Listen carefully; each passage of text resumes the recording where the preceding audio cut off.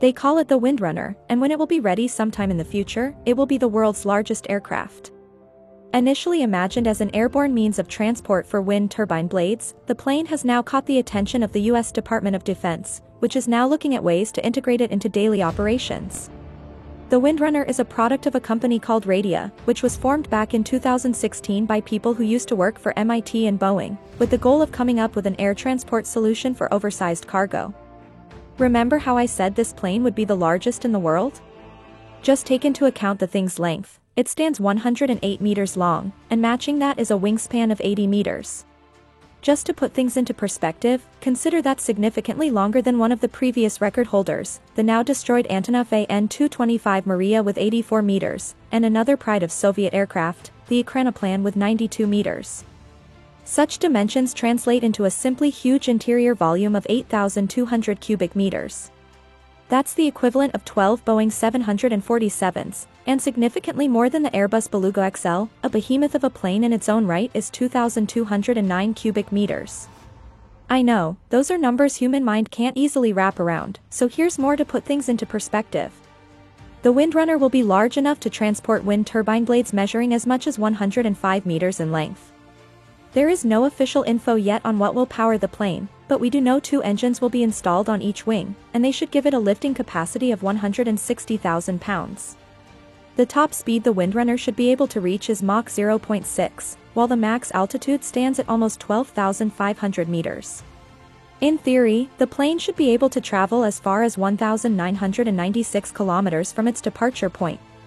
One key attribute of the plane, and probably the reason why the DoD is so interested in it, is its ability to land and take off, and from short and unpaved runways. That's right, despite its size, this thing doesn't need a very long stretch of tarmac under its wheels. The reason for that is very simple.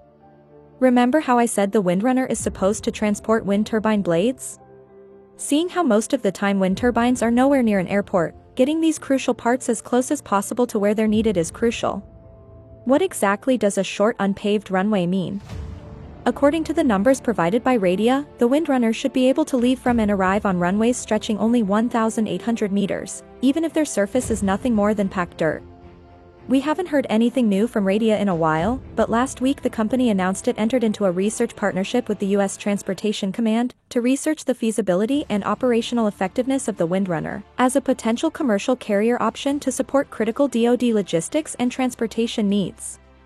More to the point, the two parties will look into several things that may transform the plane into something that will be useful on a much broader scale than just moving wind turbine blades.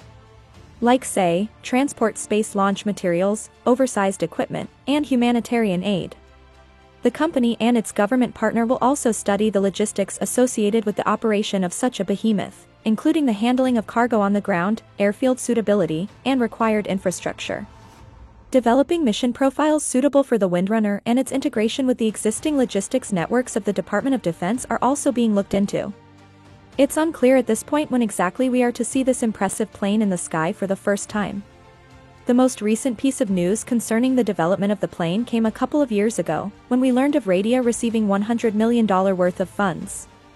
The company said in the spring of last year that it was more than halfway through the time required to design, build and certify an aircraft, but nothing new came our way since.